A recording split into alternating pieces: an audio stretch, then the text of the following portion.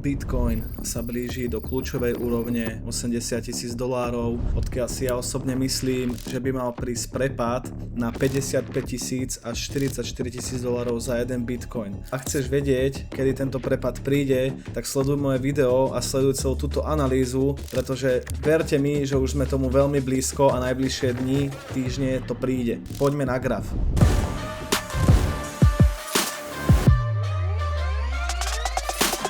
Máme tu graf Bitcoinu a už sme veľmi blízko od môjho kľúčového levelu a to je $80,900, kde tu máme vlastne, keď toto zmažeme, tak tu máme vlastne tretie high, celá táto zóna, čo je vlastne value areálov plus daily M2 celého toho pohybu dole, ktorý trval vlastne od októbra do februára, celý ten prepad a vraciame sa tu na prvú SR zónu, odkiaľ ja očakávam, že tu na tejto zóne príde odmietnutie a príde shortová akcia, prepad do $55,000. Očakávam prepad 30% od tejto zóny. Teoreticky, keby tu prišla nejaká tvrdá správa, tak môžeme padnúť až sem na 44,000, ale aktuálne nebudeme predbiehať. Kľúčová zóna je 55,000, je to vlastne tretie low, je to nejaký tretí dotyk trendovky, ktoré vlastne Bitcoin veľmi rád vyberá. Očakávam túto tretie high do value areálov celého toho prepadu a je tu vlastne daily M2 zóna. Celá táto zóna je extrémne silná rezistencia a neočakávam, že túto zónu prepálime. Očakávam maximálne pohyb do $87,000, kde môžeme ešte teoreticky vybrať si likviditu, môžeme tu robiť nejaký spike a potom príde toto zvlnkovanie a silný pohyb dole. To je môj názor. Kedy sa tento môj názor zmení? Tento môj názor sa zmení, pokiaľ sa dostaneme na túto zónu nad $90,000, tak môžeme povedať, ak to nastane, že sa na tých $90,000 dostaneme a začneme tu tvoriť nejakú štruktúru, že Bitcoin ide na nové all-time high a pokračuje bull market a zmenil sa trend, ale aktuálne môj prioritný scenár je 81,000, táto daily zóna, daily 2, toto value areálov a odtiaľ tvrdý pohyb smerom na 55,000 a očakávam, že tento prepad by mal začať v máji. Tento týždeň by malo byť finále a do polky júna, máj-jún by sme mali klesať a padať až do $55,000 za jeden Bitcoin, kde by som robil prvý silný nákup do hodlu, kde môže potom prísť nejaký odraz, ale úplne ideálny by bol nákup na 44,000, táto zóna. Prvá zóna tu, druhá zóna tu a tretia finálna zóna, ak by prišlo niečo hrôzostrašné a že S&P 500 by urobilo nejaký tvrdý dump, tak môžeme padnúť až na 30,000, kde by som dával najväčší finálny nákup, ale ako som povedal, prvé dve zóny sú 55 a 44,000. Ja si nemyslím, že toto bolo dno, ale myslím si, že pôjdeme na nové low, že ešte budeme mať veľmi dobrú poslednú šancu asi v živote nakúpiť Bitcoin pod $60,000. Dobre, môžeme prejsť na Ethereum. Čo očakávam na Ethereum, že vlastne podobne tu máme taktiež túto zónu value areálov. Sice tu nemáme dvojku, ale máme tu gap, takže Ethereum môže urobiť následne toto, alebo môže prísť ešte pohyb sem. Ethereum môže ešte spraviť raz kľudne aj do $2,800, ale už teraz sme vlastne v tomto gape. Môžeme tu urobiť ešte jedno high, následne môže prísť prepad na $1,600 za jedno Ethereum a ak by prišiel veľmi zlý problém a niečo by sa stalo, tak Ethereum môže padnúť kľudne až na $1,240.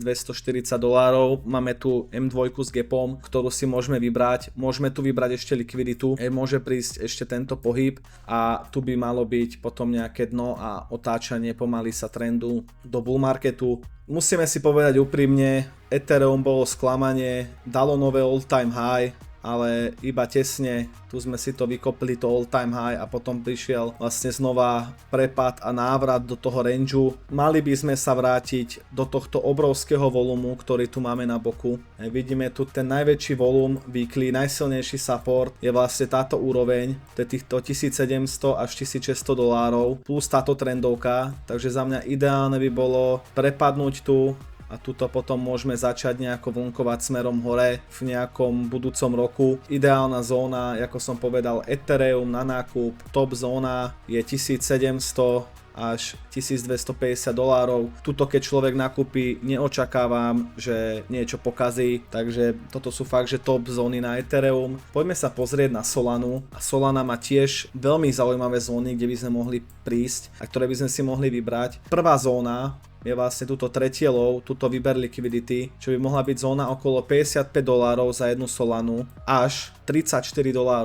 Solana za $34 by bol top nákup, niekde tu 34, 35, aj 33 to už je jedno, tam už není nejaký extra rozdiel, ale vidíme, že Solana dala pekne nové all time high a potom by som očakával, že by Solana mohla ísť kľudne na 300, 320. Aj tá Solana má tendenciu ísť smerom hore, ale vidíme, že sa tu vraciame do toho rangeu, že nemáme tu vyššie high. Tá Solana by veľmi pravdepodobne mohla túto otestovať, urobiť tu nejaký range a potom by ju mohli pustiť na nové all time high.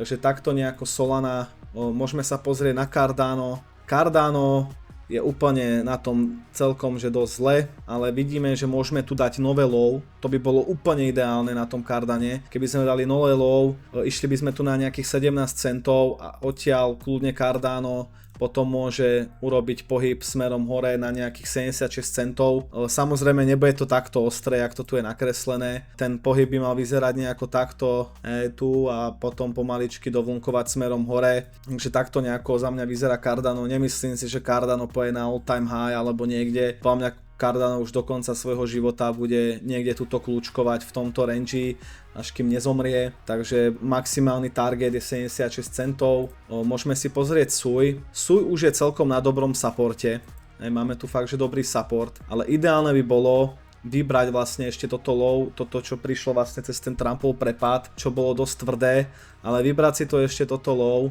na nejakých 40 centoch. Za mňa čo je super coin je vlastne NIR. Je už fakt, že na dobrom supporte a vlastne vrátil celý ten bull market, ktorý urobil od toho dna 2023. Ten NIR vyzerá, že ešte by mohol vybrať si nejakú likviditu, ešte by mohol dať jedno low, mohli by sme dať ešte jedno low, čo by bolo úplne ideálne a potom by mohli šlapať smerom hore. NIR by som nakupoval na nejakej hranici 80 centov. Môžeme sa pozrieť na Binance Coin. No Binance Coin tiež nevyzerá úplne ideálne. Máme tu vlastne zmenenú štruktúru do shortu. Na daily potvrdený bear market s targetom nejakých $316 za jedno BNB. Aktuálne môže prísť kľudne ešte tento pohyb, potom smer dole. Takže BNB by som kupoval na nejakých 316. Tuto tá zóna $400 až $300 za jedno BNB, za mňa ideálny nákup. Toto bola nejaká taká rýchla analýza. Ak chceš viac takýchto swingových analýz, tak do 31.5. máme úplne zdarma naše VIP členstvo GG Academy, kde robíme týždenne swingové náhľady na kryptá, vlastne sú aktualizované dvakrát za týždeň, plus k tomu tam máme aj forexové náhľady, vieš fakt u nás tradovať od forexu až po krypta úplne všetko, rád ťa tam uvidím, daj link a odber a vidíme sa pri ďalšom videu.